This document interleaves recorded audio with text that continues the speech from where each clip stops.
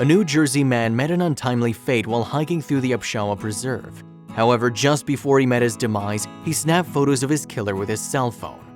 Darsh Patel, a 22-year-old student of Rutgers University, was out on a hike through the West Milford Upshawa Preserve with 4 friends when he met an untimely and horrific demise, according to the New York Daily News. However, just before he was killed, Patel snapped a few pictures, and in them he captured his killer. As the New Jersey resident and his friends began their hike through the nature preserve, the group of 5 met a man and a woman at the entrance of the preserve who were leaving and told the group that a bear was aggressively following them. The couple advised the 5 friends to turn around, according to authorities. Unfortunately, they didn't listen, and failing to heed the warning would be a fatal mistake for one of them. The group continued on their hike, where they eventually laid eyes on the bear.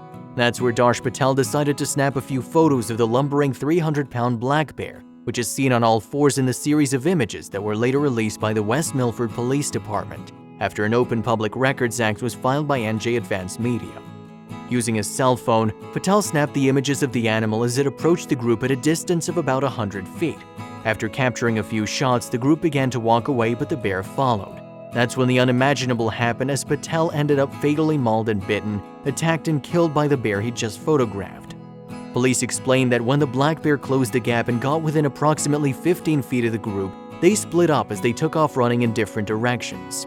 Patel, who lost his shoe, was last seen alive climbing a rock, where he screamed for the others to keep going as the bear closed in on him. His 4 friends managed to escape and eventually called 911. 4 hours later, Patel was found dead by emergency responders, with a bear circling his body.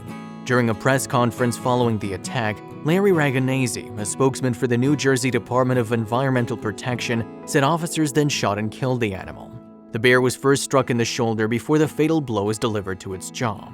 Human remains, including human hair, flesh, and clothing, were found in the stomach of the bear and its esophagus, according to NJ.com. There was also human blood and tissue found under its claws.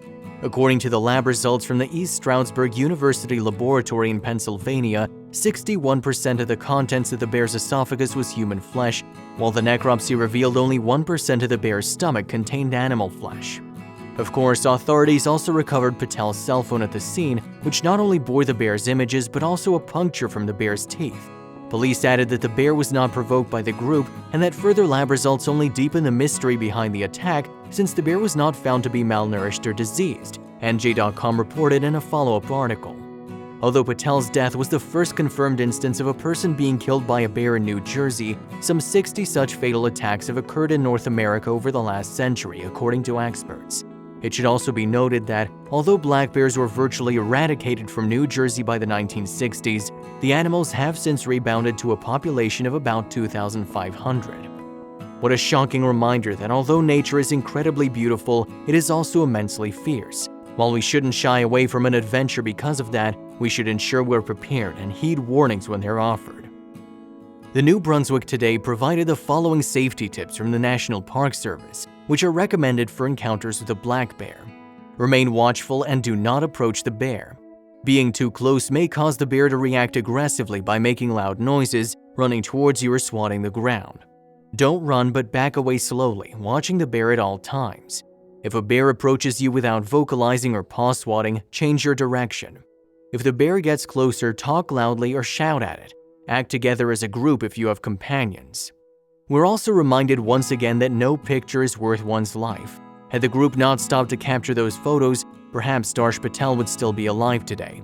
Although he wouldn't have the photographs, he'd still have memories of the moment, and more importantly, his life.